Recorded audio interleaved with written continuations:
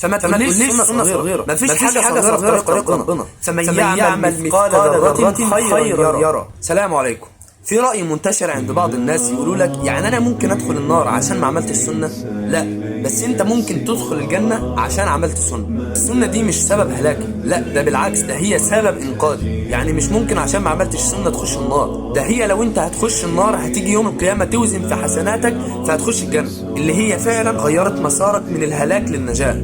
فهي برضو جاية تنقذك من البلاوي اللي انت قاعد تعملها في الدنيا. وبرضو انا عاوزك تتخيل ان في ثواني من عمرك بتكبر فيها سنة الناس نسوها، وربنا يفتح لك بيها باب ما يتقفلش لحد ما تموت. تخيل كمية الحسنات. الناس فاكرة ان السنة دي رفاهية، لكن بالعكس السنة دي مفتاح الثبات. اللي يضيع السنة النهاردة بكرة يستهين بالفرض. الطريق ما بيبدأش بالوقوع في الكبائر، بل بيبدأ بالتفريط في السنن. النبي صلى الله عليه وسلم قال: تركت فيكم ما إن تمسكتم به لن تضلوا بعدي أبدا، كتاب الله وسنتي. هو ده التمسك الحقيقي، مش بس بالقرآن، لا ده بالسنة كمان. هي مش زيادة، دي السنة اللي ربنا أمرنا نمشي وراها لما قال: وما آتاكم الرسول فخذوه وما نهاكم عنه فانتهوا.